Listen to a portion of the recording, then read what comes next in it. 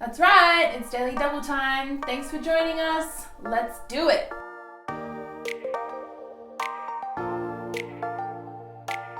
Well, Psalm 133 is where we are at today, so grab your Bibles and let's open them up to Psalm 133.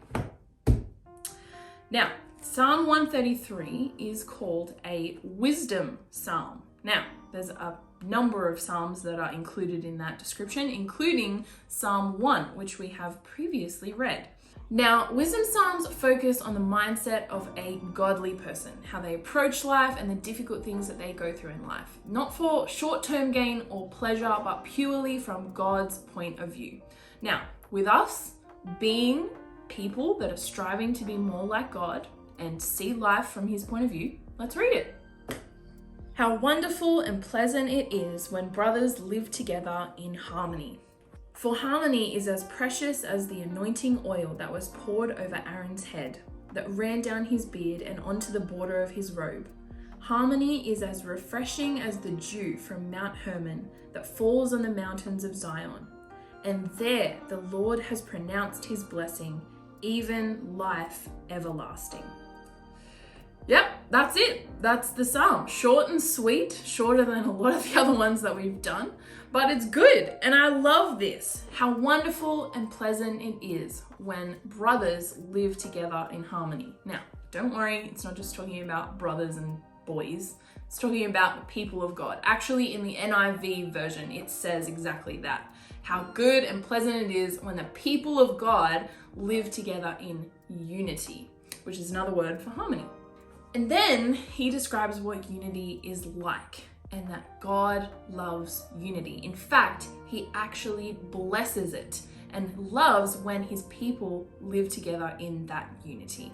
So, where is our vital verse? Well, you probably guessed it. Verse number 1, I've read it like 3 times already, but here we go. How wonderful and pleasant it is when brothers live together in harmony. He's speaking all about this harmony the whole 3 verses and that there's beauty and blessing from God that flows from that. And when God blesses something, I want to pay attention to that. And that leads us right into our sub-skill. The Bible uses a lot of different words. 727,969 to be exact, depending on the translation. But in those words, when I read a certain passage, there are a few that stick out to me more than others. Consider words like blessing, curse, commandment, words like that. They give us a picture of what God wants, what God loves, and what God also hates. The thing about words like these is that they give us an indication of where God's heart is. Where does God bless and where does he curse? Now, I'm not pointing out these words because I want blessings in my life, even though I do. And Jesus Christ paid the penalty for my sin, so I don't need to be afraid of God's wrath anymore. However, I love God and I am grateful for the price that he paid for me, and I want my life to please him. I want to live in the way that he wants me to. Take my relationship with Matt, for example. I love him a lot, shout out Matt.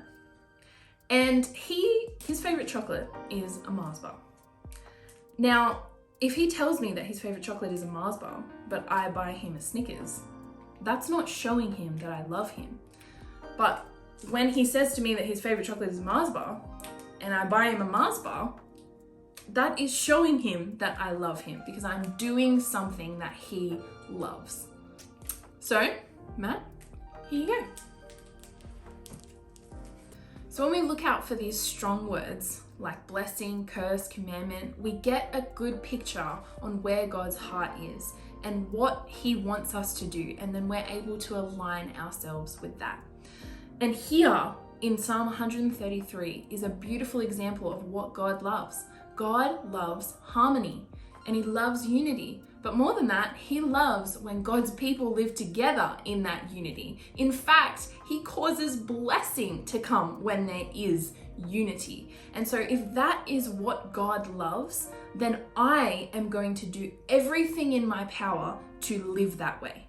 If I'm noticing that something is off in my relationship to other people or with other people's relationship to me, I'm not going to ignore it. I'm going to fix it in a good, godly way. Now, that's a whole nother conversation on resolving conflicts well that we won't get into here, but this leads us straight into our prayer time. And today we are going to focus on praying for others. There's so many different people that we could pray for, but here's a few. We could pray for our family and our friends. We could pray for the people of God that we do life with, our connect groups, our connect group leaders, our fellow Christians. We could pray for people who don't know Jesus. That's a special type of prayer called intercession. We could even pray for our enemies. And honestly, there is no rhyme or reason to it. You just pray for them. Pray for their needs that you know about. Pray that God would be with them. Pray that blessing comes into their life. Anything, you name it, just pray for them and pray for yourself. Ask Jesus to help you be Jesus to them in your relationship with them. This is such a huge act of unity, but more so, it's actually what the body of Christ was designed for. When I need something in my life, I know that there are people that are praying for me, even if they don't know what specifically I need. Just like you, I have been praying for you, doing your daily double. I don't know what you need, but God hears my prayers. That is what the body of Christ is designed to do. We back each other up in prayer all the time. So who could you pray for today? Think of a person, maybe it's a leader, maybe it's just a fellow Christian, maybe it's someone that's hurt you recently.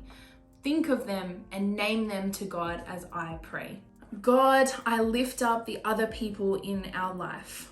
And Lord, I pray that as the people of God and as the body of Christ, you would help each of us to live in unity. I pray that we would be people that are Jesus to each other, that we love each other unconditionally. We would show grace and compassion to each other.